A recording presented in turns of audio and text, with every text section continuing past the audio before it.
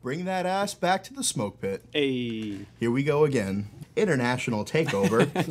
We got myself, Dan Sharp, Marine Corps veteran, 12 years, 5 deployments, no big deal. You got Mike Sensi over there, you know. Just hanging out. Just hanging out. Afghan veteran of many different conflicts, both imaginary and real. Our shitty executive producer, Mike Stedman, who is referred to as EP Mike, and our ever sexy guest for today. Go ahead and introduce yourself. Geraint Jones. How are you? Best-selling fucking author. I'm Ron Burgundy. Best-selling author, fucking New York Times, Sunday Times.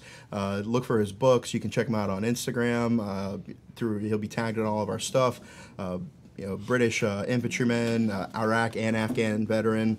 With a teapot. With a fucking glorious Union Jack teapot.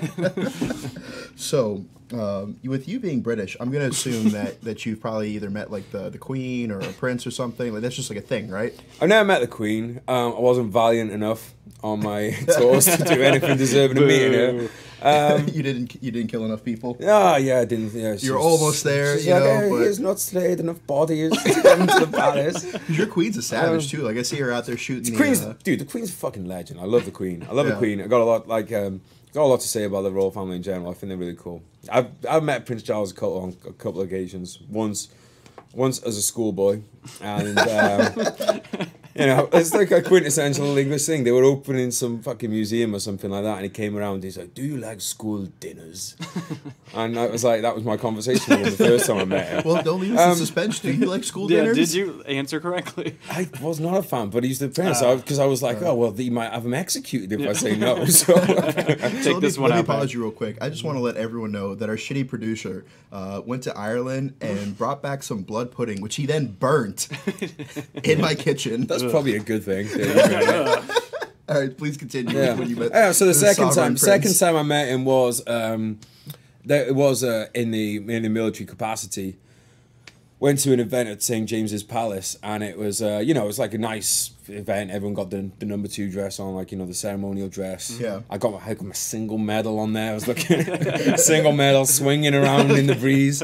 But it was cool because it's like to get to the event, you know, where they put us up in hotel and stuff, and you walk, you know, one of my friends was there. He was from a different regiment, but we'd both been in Iraq at the same time. We'd gone through like pre-deployment training with each other and stuff, and he was there with his girlfriend at the time, and it was really great, like walking through London and people stopping and, you know, taking photos and all that kind of stuff. And then we went to the reception, and, you know, and there was like people coming around with hors d'oeuvres, I believe they're called. And before you go on though, were you drunk when you were walking around the city? No, I was. Because I would love to know where all these random pictures of you with people, like they're going through their old albums and they're like, oh, look at this young bloke.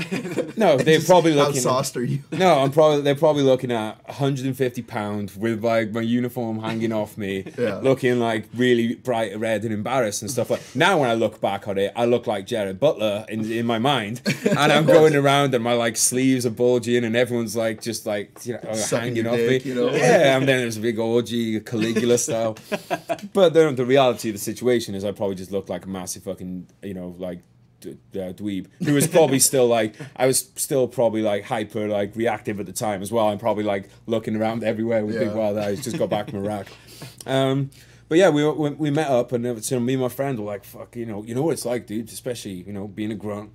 It's free drink going around. You don't want to be saying no to it. But then at the same time, I'm thinking, well, this is a military event. If I fuck up here, I'm probably going to be posted to the Falklands for the next 20 years, counting penguins. Yeah, because did you have a lot of higher ups there?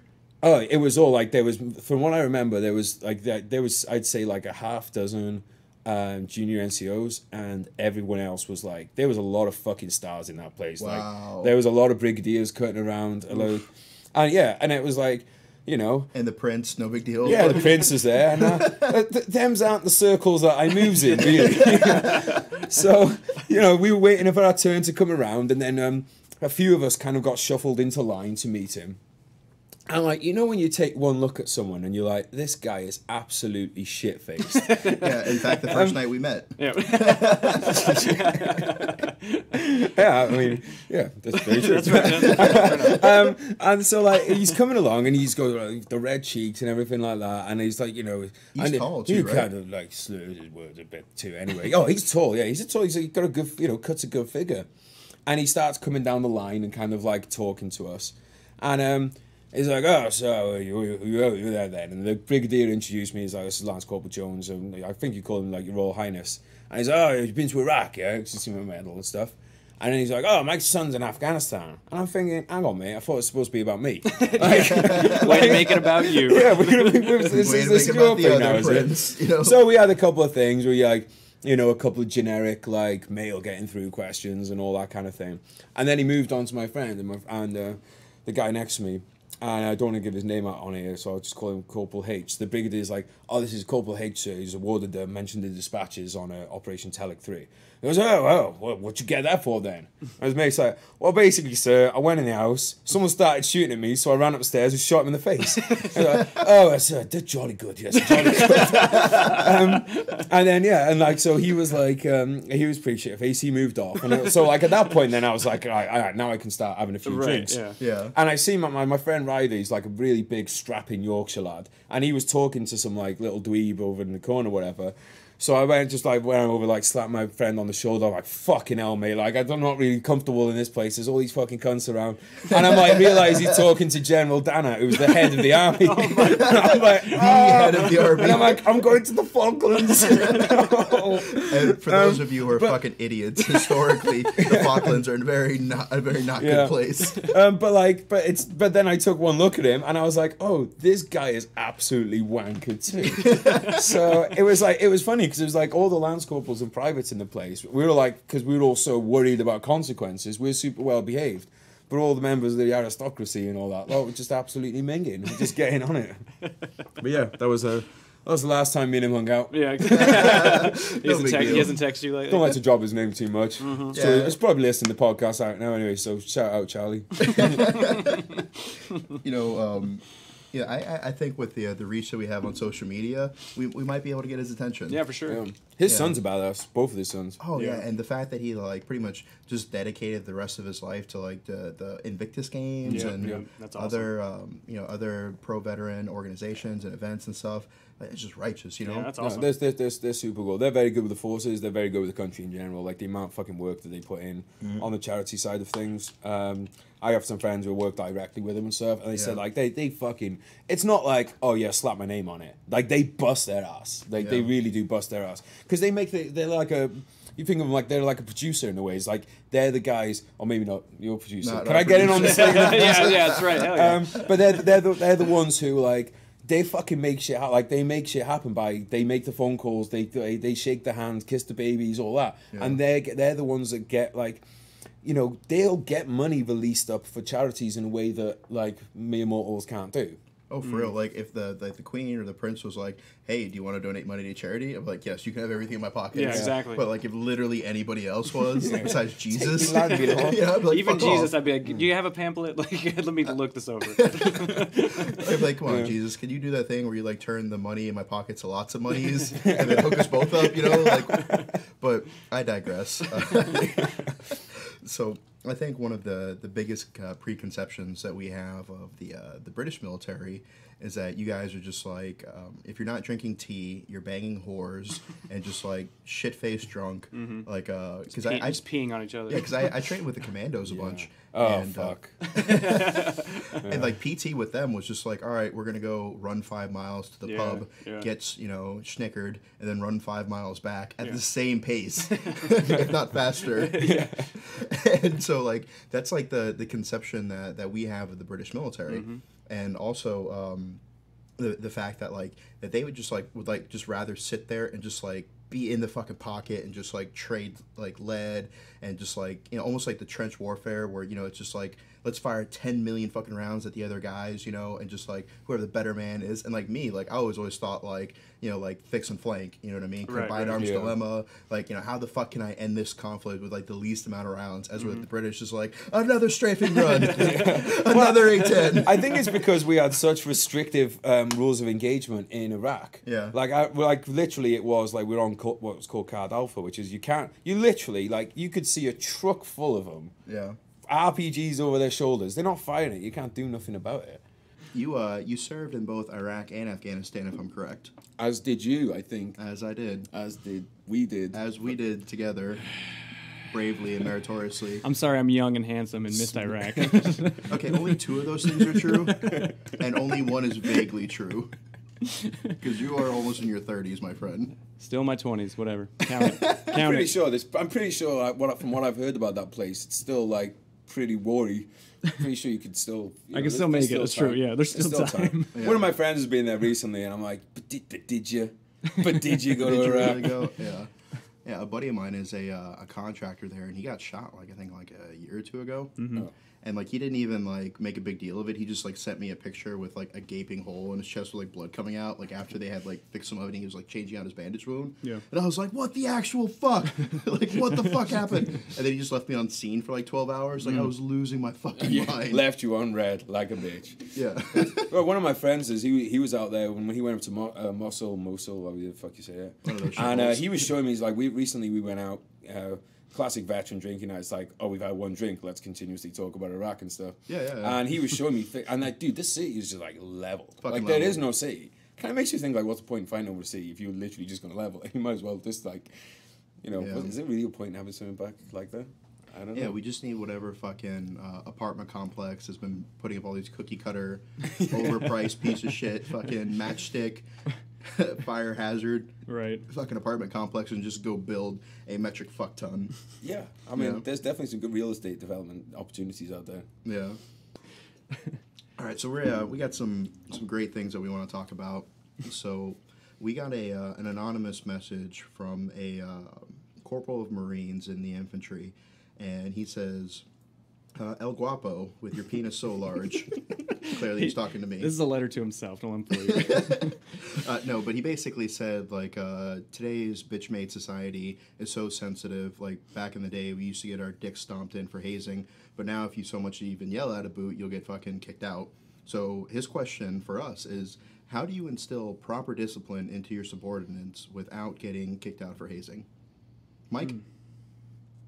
Let me just solve all the world's problems for you guys. Yeah, that's a recurring theme. Is I ask a very simplistic question, and then he's baffled. I'm not baffled. I'm just not paying attention. Which he was pre-briefed on. He did ask me before this.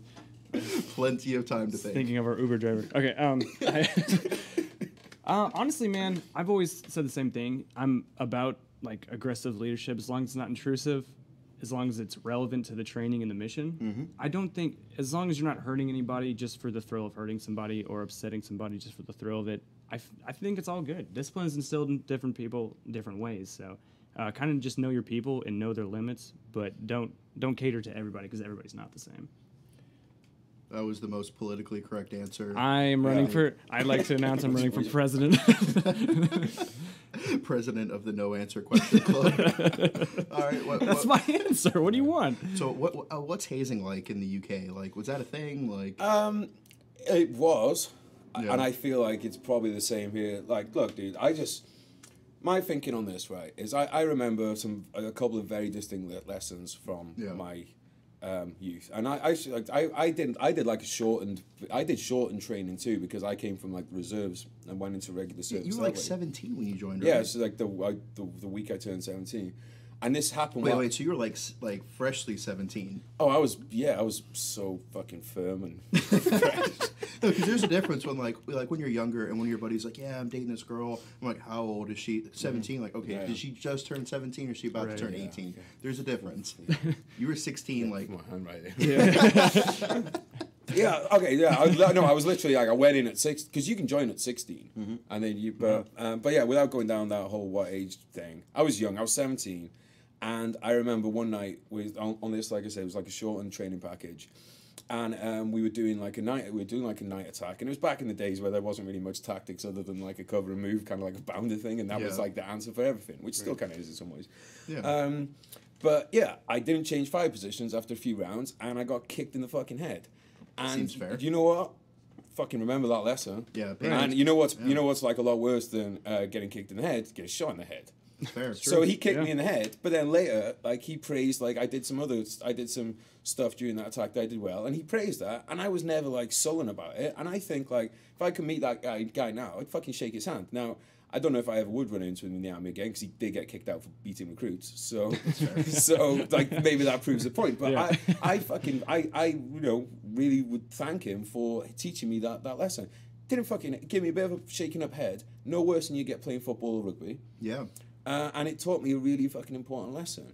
And like we used to do other stuff, and you know, like I think being in the infantry is just like it's just this never land of like you never really kind of grow up, and you get a bunch of kids who are like full of testosterone and a bit wild. Because let's be honest, especially in the infantry, you want to go shoot people in the face. You're not really you're not really like a functioning person in the first place. No. I think a lot of this stuff was like where this trouble is coming from. Is you're trying to put right, I'm hungover, so let me try to see if I get this straight. Round pegs in square holes. No, that would work. Trying to put a square peg in a round hole, right? Yeah. And so Well, you hold got. on, but if these round holes are the size of the vaginas that Mike usually goes after, then you can put a Well, he said You the women were big. He didn't say the vaginas were big. Yeah. They could, Big women. big woman, big vagina. It is a mathematical fact. Do not assume, sir. Big stomach, little pussy. Yeah, because all the fat is like compressing the That's vagina. right, yeah. You know. That's just science. that is science. Did we call just it- discover something? I'd call it the collapsing star But method. in order for that to happen, though, she'd have to be on top. And Right, that's right. that's a help for us to use. Like, and Yeah. she could clamp onto that thing in a That's vice true. grip that you can not get out of because she's basically got you in like fucking her jujitsu pin. I'm sorry, we're not getting the acceptable. We biggest thought this erection. was going to become acceptable. It's not. Factually, it's still off the table. Yep. But yeah, like you were saying though, Oh, pain okay. retains. Yeah, so maybe these motherfuckers they're not supposed to be in the infantry. Yeah. But because of the way things are going, and it's like you can get away with being a bit less tough, that you can end up in those things, in these places where you shouldn't. And like, look, I get where people are coming from when they're trying to make these things nice, but one, fuck off, because you're Fair. not helping anybody. Because like the reality of war's never going to change. So you can try and make training as hard as as soft as possible and not hurt people's feelings. But when people start fucking shooting at you and you start losing people and everything like that, I think you're actually doing a real disservice to those people that you've supposedly helped because you haven't prepared them for the realities, and that's going to super fuck people up. Super fuck. And the other thing as well, dude, like, there's only so easy you can make war, right? Like, when it comes down, like, there's no... We've hit, like, there's a base limit in war about how, like, you can have some air conditioning in vehicles and you can make some kit lighter and stuff like that. Certain things are always going to fucking suck about it. So you can't take all the fucking... the gnarliness out of training, because you can't take the gnarliness out of war. Now, that being said, we haven't actually answered this dude's question. The way... Oh, I've been waiting. the way that you can get away with hazing I and stuff droned like on. that. Yeah, the way that you can get around with hazing and stuff like that. No cameras. Blood pacts. Yeah. Cut those hands open. Blood oath. pacts. Yeah. Oaths. And if the worst comes to worst and you take the hazing too far, take it all the way, bury that motherfucker on the training area, and you'll have a secret that'll bond you for life. That's right. Yeah. I like that. So I came in 2004, and there some of my senior guys were still wearing like tricolor shit. Like Yeah, it was yeah. right at the shift of the digital age. And so I remember when I was a boot, like I got set on fire. Like, fucking, yeah, I got beat with an A barrel. Like, Yeah. I got fucking thrown off of decks and stuff. I got fucking group tackled and beat up and all kinds of shit. And this is the way my senior guys. And let me show you how fucking cerebral these cats were.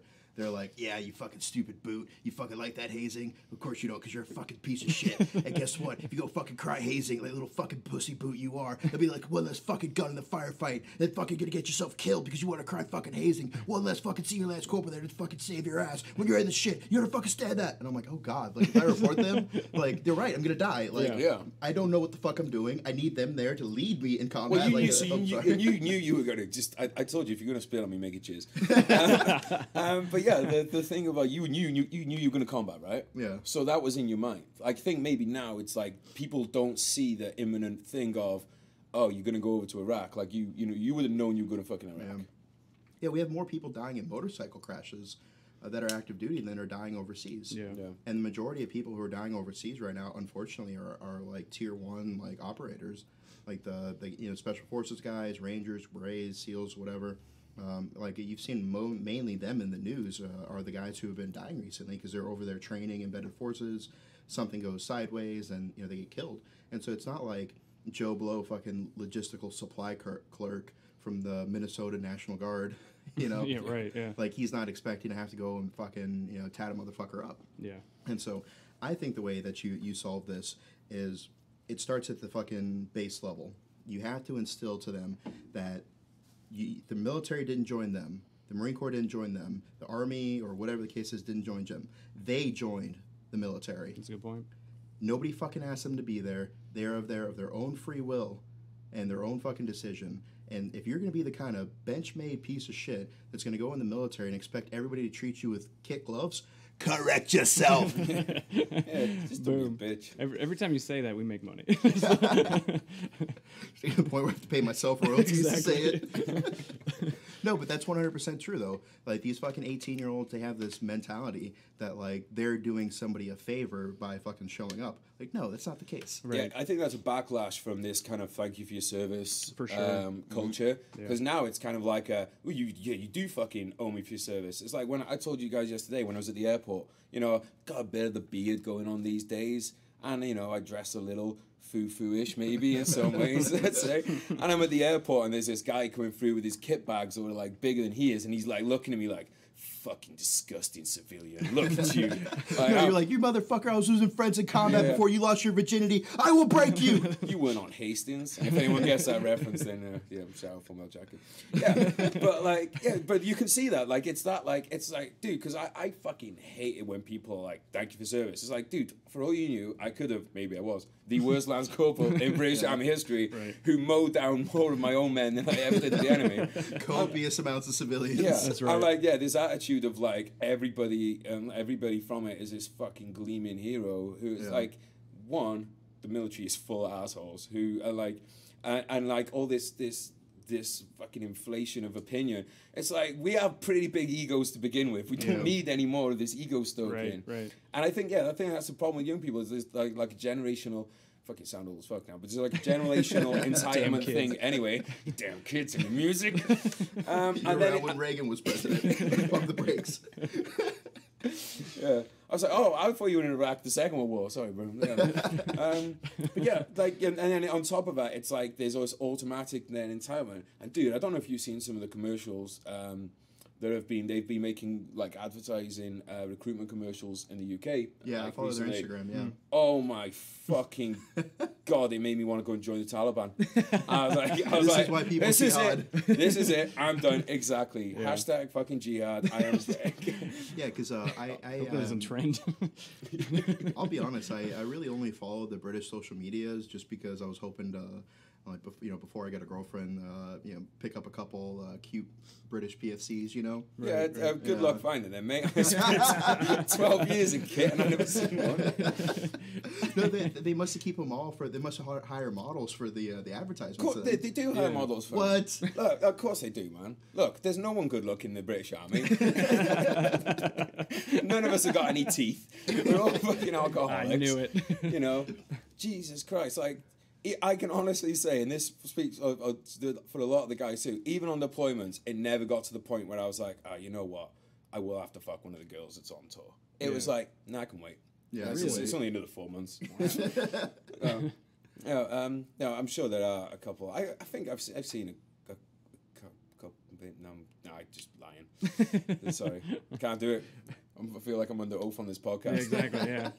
I tell you what, no, I am kind of fucking around like that. But I think the part of the thing is like, I've seen a lot through your kind of Instagram and stuff like that when I just like happen to fall over and press the button and look on these like Gun Buddies accounts. It's not that I wanted to look. No, I don't want to look. But they're like makeup in uniform and all that kind of stuff, which, their prerogative. If they want to do that, great. I'll say this to the girls that I did serve with. They didn't go in for any of that stuff. They weren't doing makeup or anything like that. Right. They were turning up just like the lads. They were squared away. And that was it. And I tell you what, man, I served with some fucking awesome chicks who were ballsy as fuck. And I think the whole sex thing, to be honest, a big part of it, I'm backtracking a bit here, it's just because remember your career. It's because they were seen as one of the boys. Yeah. They were seen as like one of the boys, and you had a lot of respect for them. So it wasn't like, I'm just gonna go through it like a cum dumpster kind of thing. It was just like, this is one of my comrades who I really respect. And therefore, my penis will stay in its pants. I don't get that because, like, if my boy was like, "Oh man, like, fucking these girls or whatever," I'm like, "I'll give you a hand job. I don't care. Right. Like, I'm here for it." Yeah. Like, so I kind of feel like it would have been like it would have enhanced your friendship if you had sex with them. That's an interesting way of looking at it, Harvey Weinstein. I'm not sure. Hey, nobody's benefiting from having sex with me. Okay, it's purely for pleasure. I don't know, dude. Like I've also like you know the Afghan army. I think you went to Afghanistan. Right? I did. Yes, all right, you went to that one. Just check. If I ask Afghanistan, he means Kyrgyzstan. All right, so I went to the airport. So you know, like the Afghan army and the Iraqis were the same. They're partial to a bit of bumming, and all that kind of stuff. And like maybe you're right. Maybe they're just like, look, guys, this deployment sucks. Just square us away. You know what would make this deployment suck a little less? Yeah. Or but a little more. Plump fucking lips on this shaft. Depending how you look at it. It's like, dude, when you're in a we call them sangas. You guys, we say guard posts or whatever, like the towers. You're up there for 2 hours with each other. Time would go a lot faster if you just jerked each other off. Sure, yeah. 2 hours? 2 hours? Jesus Christ, I got fucked. My shifts were like 12 hours. Yeah, but you do the rotation. No, they just leave me on really? for 12 hours. Oh, you must have, fuck that. Dude. And that's how I came up in the military. So that's when I set guard posts. I'd be like, okay, your shift is 8 hours or 12 hours. Or you do 4 on, 4 off, 4 on, 4 off. Yeah. And like, that's how you do it. Like 2 hours, that'd have been fucking posh. Yeah, but no, you do. Yeah, but you do two. But even like being able to like walk between the. Yeah, no, that's the best bit. You're like so excited for that like little bit where you get let out of the house like a little dog. And he goes running, then you're like, oh, now I can go masturbate in the next anger. That would be like the same. But like no, but like you're like, oh, this one's got a tree in my view. Yeah, the last one just had like the last one had desert and like or a burnt out tank, and you just spend like hours looking at every little rivet of that burnt out tank and this little rack now, and, like through the scope, like. Oh, dude, I think, like, it's a lot of, like, how many hours compared to combat from guard to combat? What is that ratio? What is that ratio? Yeah. 99%. If not more. Yeah. If not more. I mean, it's, there's a lot of time to contemplate bad decisions in those places. Yeah. But let's pull it back to the hazing, because we were talking last night about, I was telling you about, like, someone getting kicked in the face for, like, he was lying down in a guard post. Yeah. And he got kicked in the face, and the guy I think that was one of the reasons he got bounced out of the army. Mm-hmm. Where we were saying we were all for it because he's putting everyone's lives at risk by being in that position. Kick him twice. What's your thoughts on that, man? I kicked a guy who was sleeping on posts. I threw a guy off a post who was sleeping. That was a good story. Yeah, tell that to people. I came into the post and like. I crept my way up the ladder because I wanted to catch him sleeping. Like I'm at that moment, like I'm a predator. Like because at that point, if I catch him sleeping, then I get to fuck him up, and that's something to my evening. It's eventful. If everybody's just doing their job, it's boring. So I creep up there, and this motherfucker is cutting logs, and so I grab him by the back of the flak jacket. If you know what I mean. I throw him on the ground, and like this particular evening, the company commander was touring the different battle positions, so the company commander's convoy was right there, and so I'm about to blast this motherfucker, and I was like, oh shit. I'm the big type to like praise in public, counsel in private, because if all they just see is you screaming at somebody, they just think your squad or your platoon is fucked up, you know? Yeah, that's a good point. So right as I'm about to blast this cocksucker, I'm like, shit, the CO's here. I don't want him to think that I'm a turret because he's a direct reflection of me. Mm-hmm. Like your men are a direct reflection of you. And so I start chewing his ass in like a low grumble, and people are just like, they're telling me afterwards, they're like, bro, what the fuck was that? I'm like, what do you mean? It's like, dude, it sounded like Batman was up there chewing ass. Like, you fucking piece of shit, I'll fucking kill you. I'll fucking kill you, fucking sleep again. And it's like, it sounded like Batman was chewing something's ass. And EP, please beep that name. So what I need you to do now is take a time mark so you don't have to listen to the whole episode, and you know exactly where to beep it. Thank you. At least put your pants on. I'm keeping it on mine. Yeah, exactly. It's staying on mine. First Amendment. Fuck it. And then, so that wasn't the end of it. Like, at this point, like, I'm pissed off because I can't actually scream at him. And then he stands up and I was a bit more flexible in my youth. I can still get my leg up there, but not quite as high. So I Sparta kicked him in the chest, and I didn't realize how close he was to the edge. He went, oh, good. Not one morse of regret. Yeah. And he hit the ground, and like an accordion, like all the fucking air left his body. I think he probably had some regret. Every decision he had made, from walking up to the recruiter to boot camp. It all flashes in regret. And bam, he hits the fucking ground. All the air goes out of his fucking lungs. Yeah. And I'm like, are you alive? He's like, yes, Sergeant. I can't breathe. I was like, if you could talk, you could breathe. Get the fuck back on post. And so he went back up there. But yeah, did he fall asleep again? I'm sure he did. I don't think he ever slept again. But just not when I killed was. himself. Yeah, just not when I was the sergeant of the guard. Right. You know? Because there's times like I fell asleep in the porta shitter when I was on watch, you know, but I had the radio next to my head. Yeah. And it wasn't my job to be actively watching, because when you're a boot, like especially being in Iraq, like that shit sucked because every fucking window could be a sniper. Yeah. Every fucking rooftop, every fucking whatever. And there'd be sometimes you just sitting there and then all of a sudden, pow, and the fucking glass shatters. Yeah. Like, well, thank you for that. Yeah. Dude, the radio was a great one though, because I always like listening on the radio. And you can hear the people who are bluffing, who have pretended that they've just woken up with a headset on, and they've pretended that they've heard the last message properly or whatever, and they're coming in, and you can hear, like, you know when somebody's like, you're like, I'm awake, like that. Always just be funny, like hearing people drifting off, or people that just like pretending to have like difficult like fucking reception.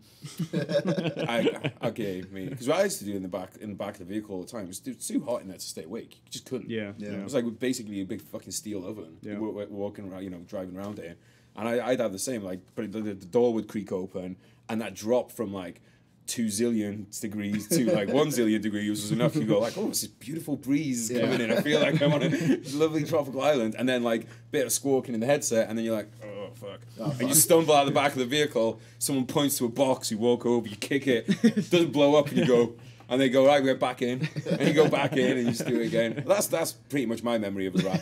Stumbling around drunk. It's stumbling around drunk without like, being drunk. It was a lot cheaper than it what I do now. Exactly. Much better shape, like natural detox. Oh, yeah. Because like I'd be sitting there and I'd be like, all right, you know, Al Towers is SOG, be advised, radio check over.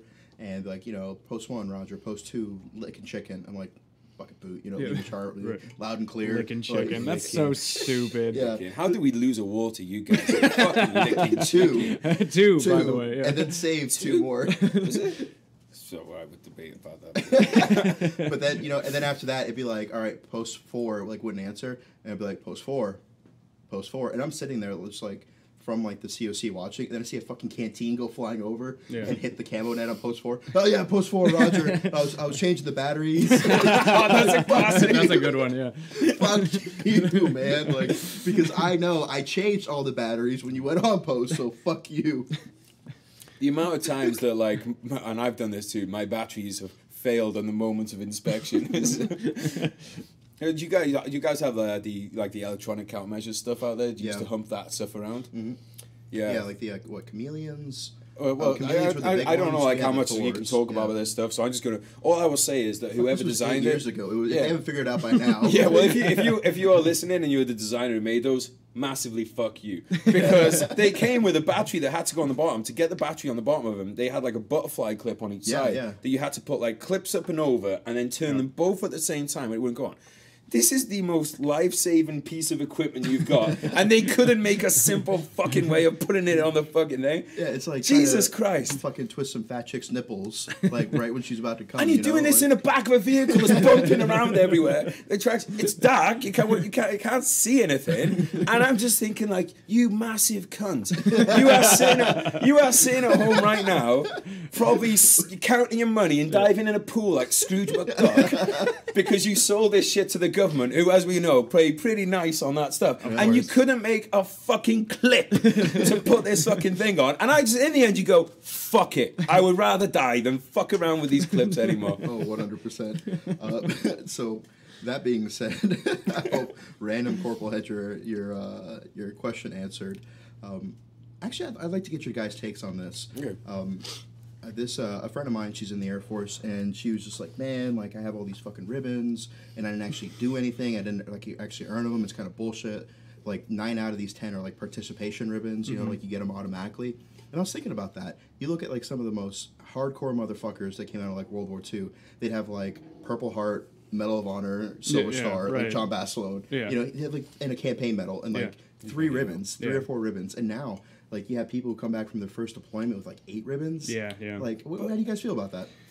I feel like, military decorations have just, like, mirrored the culture of, like, I deserve something for doing nothing. So I do feel like a lot of people are over-decorated nowadays. Because I remember the Navy was talking about, like, if you score excellent, like, a couple years in a row on your fitness, then you'll get a ribbon for it, like a great fitness ribbon or whatever. Like they were talking, that was like that was a real discussion. Yeah, so I absolutely agree. A lot of people are over decorated nowadays. Damn, I'm just like, that fact in Yeah. itself has just made me want to vomit. How do you think I felt? Like, oh, that's I gross. mean, if they approved it, Look, I'd get man, that ribbon. I think the British Army system is pretty good. I've done 3 tours. I have 2 medals. I got 1 for Iraq, 1 for Afghanistan. You don't get one the second time you go. Yeah. It's like you've already had one. Yeah. Fuck it.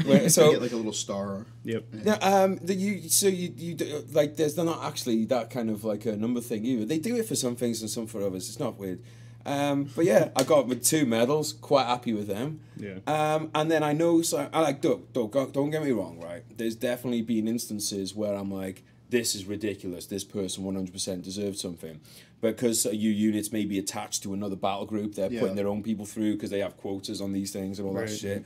And I've seen ones where race or gender has been involved. And it's not a knock on the people who received them because they didn't fucking ask for it. Yeah, but I've definitely seen that happen. And I don't care who gets pissed off at saying this. You look at fucking the current Marine Corps fucking recruiting commercials, and like 9 out of fucking 10 people on there are like minorities. But then you actually go out to a goddamn infantry unit, it's like white dude, white dude, white dude, white dude, black dude, white dude, white dude, Asian, white dude, white dude. British Army infantry is predominantly a white thing, right? Yeah. And there's nothing wrong with saying that. It's just the way it is. It's a fucking fact. And it doesn't. And it's like, so if you're a black lad and you earn a medal, you should get the medal. If you're a white lad, you earn a medal, you should get the medal. Mm-hmm. You know, there's like there's a chick in the UK. She did something where she did what a lot of other people were doing at the time, and she was a young private and medic, and she did her job, and she got a military cross for it, and fair play to her. She did a job, but there was a lot of other people doing their job too who didn't. Yeah. And again, it's not a knock on her. I just hate seeing, I hate seeing people used as pawns in like political games and stuff like that. When it comes down to people who feel like they didn't earn their ribbon, look, man, there's like, I'm gonna address the camera. There's a lot of ways to serve. And if you feel like you didn't do enough service overseas, well, I think everyone feels that way anyway. I'm sure there's some fucking Delta operators out there who are like, oh man, I never did this and I never was on point on that. Yeah. Right. Everyone I fucking talk to feels that way. And it's just one of those things that, like, I'm sure look, you mentioned John Basilone, who's a fucking hero of mine. He didn't feel like he did enough. Right. That's why He went back. Yes, yeah. He didn't feel like he went enough. So if the fucking legend himself feels that way, I think everyone else has permission to feel that way. Yeah, and the fact that some skeezy fucking mortarman, some fucking tube-stroking piece of shit, like no man who could be fucking armed and facing John Basilone could survive his onslaught, but some piece of shit with a fucking tube from a half a click away or a click away, he's the one that took fucking Basilone down? Like, are you fist fucking me? I love that guy, man. We got to do Basilone shots later. That's the thing that we do. We actually have, like, with the guys I stay with in San Clemente by Camp Pendleton, we actually bought a big poster of him that we could put up on the wall. Nice. Because, awesome, like, and take shots to him, man. Because, like, that's a fucking, like, any aspiring infantryman listening or anything, that's a fucking guy you need to, like, you're never going to be him. Right. But fucking hell. Unless Germany wants to go around 3. What's up? What's up? Yeah. But no, I mean, that's the person to aspire to be, man. But like you said, he didn't feel like he did enough. Yeah. Jesus fucking Christ. So that's a good segue into our next bit. We'd like to, because we talk about like all the legends that we've studied through history and stuff like that. But I'd like to talk a little bit about like some of the men that we've met, like we've known in person, that have inspired to great things. We only have about 10 minutes left on this bit, so we'll try to keep it brief each. And so I'll start out.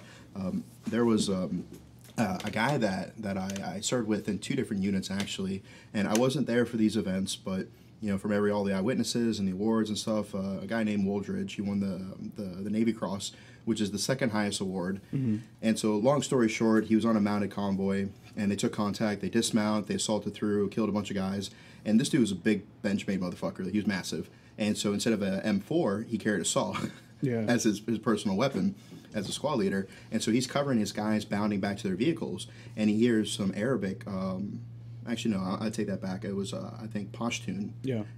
For the region. And some Pashtun come around the corner, and he was like, oh, shit. So he popped around the corner, and there was like 3 or 4 bad guys there, and he's like, well, hello. Have you met my friend? Exactly. At 249. And so he wastes like 3 of them, like right then and there, and so he pops around the corner to reload, and the last guy who he didn't get comes around the corner with the RPK, and so he pulls the RPK out of this kid's hands and just beats him to death with his own rifle.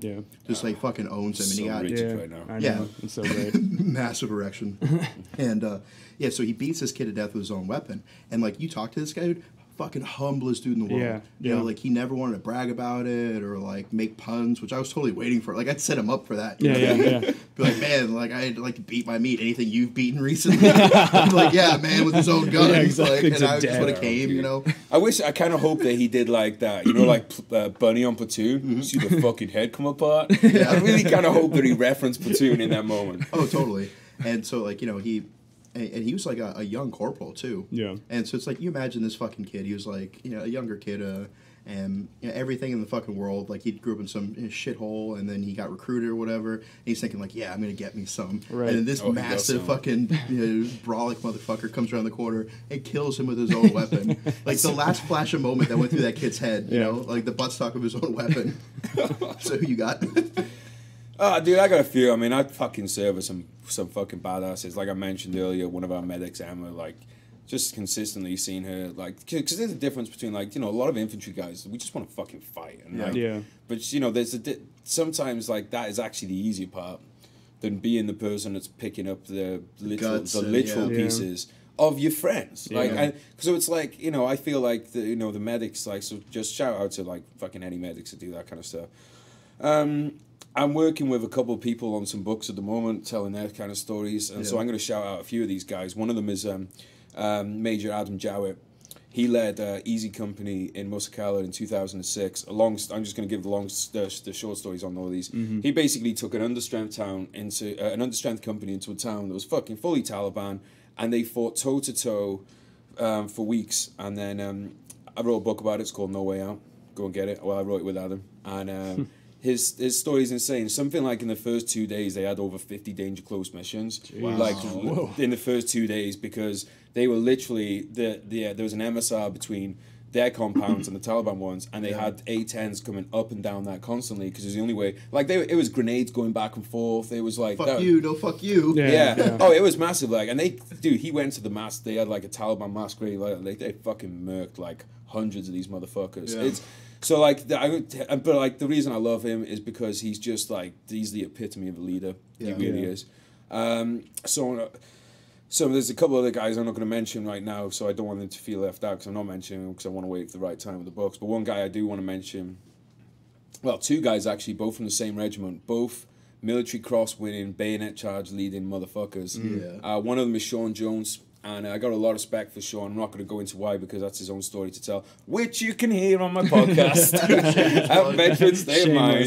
Shameless. But no, Sean's like a fucking legend. You know, he's did a lot of tours, did a lot of fucking shit. And the other guy is Brian Wood, military cross winner, who also has a book coming out in February. It's called Double Cross. Brian, fucking know me.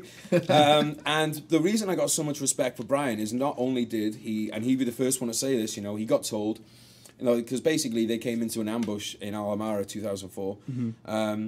Came into a big ambush and he was told, dismount, clear the enemy positions. So he stuck the pointy thing on the end of his rifle and he went and cleared those fucking positions. Oh, man. And they had Dushkers and all sorts, and him and his I think it was two guys, the three of them cleared this Russian trench system of 20 enemy. Or thereabouts. And he did that. Now, but the reason I have so much respect for Brian is because what happened afterwards is the families, there was British ambulance chasing lawyers contacted those families of the dead Iraqis saying, oh, we think there was war crimes done on your people. Oh my God. So, like, look at the state of these bodies. Clearly, they've been mutilated after death. No, it's called what happens when a 30mm cannon, it's a fucking body. Right. Yeah. But they convinced these families to press charges and everything like that. This was all paid for, by the way, by the British government, and they chased him through the courts time and time and again. The first time he met his lawyer that was provided to him by the military was when he was in the court. He's like, "Oh, by the way, I'm your Ministry of Defence like representative, whatever." Fucking bullshit. He had to pay for it all himself. Yeah. And he's still serving while this is going on. While this is going on, they send him on another deployment. So they're like, oh well, yeah, we think you could be a war criminal, but go on this other deployment. Right. And so it's like, well, look, were you behind him? Were you not behind him? Yeah. He went through all this fucking stuff. He finally got his name cleared because obviously it was absolute fucking bullshit. Yeah. He got no help, and the British public was saying how much bullshit this is. And then I think it was David Cameron when he came in as Prime Minister.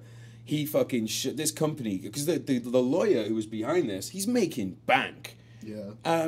And there was a bunch of other cases going on too. Long story short is like Brian is totally exonerated and all that fucking stuff. But the reason I have so much respect for him and he's my badass of the podcast is because dealing with that stuff after, oh dude, I'm not saying I would have put a round in my own head, but I certainly would have put one in someone else's.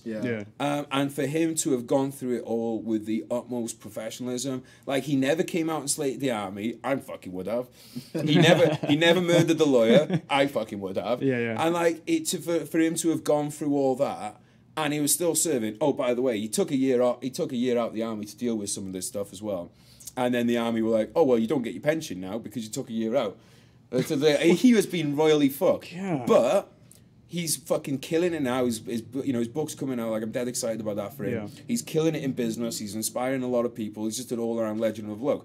And to have gone through all that, it would I'm bitter about it. It didn't even happen to me. So he is probably the most badass motherfucker that I can, I can shout out. So Mike, would you like to round us out? I don't want to name drop per se. I mean, you guys know me a little bit. I know a couple good people, but I will say, whenever I find out somebody's highly decorated, like a story I've heard of, like secondhand, and I find out, oh, that was you, that's really cool for me because a lot of the people I know who have those big high impact awards, you know about it because they talk about it. It's kind of like, okay, you did something cool, but that's enough. But yeah, I find out all the time, like just friends, like I'll be shooting the shit with and like having coffee with, and it's like, my 3rd Silver Star, blah blah. I'm like, what the fuck? What the fuck? That happens all the time, and it's the coolest feeling because like you're just shooting shit with them. It humanizes them actually. So yeah, I don't want to do any names per se. Because Dan loves when I name drop, but yeah, it's really cool, man. It's really humbling.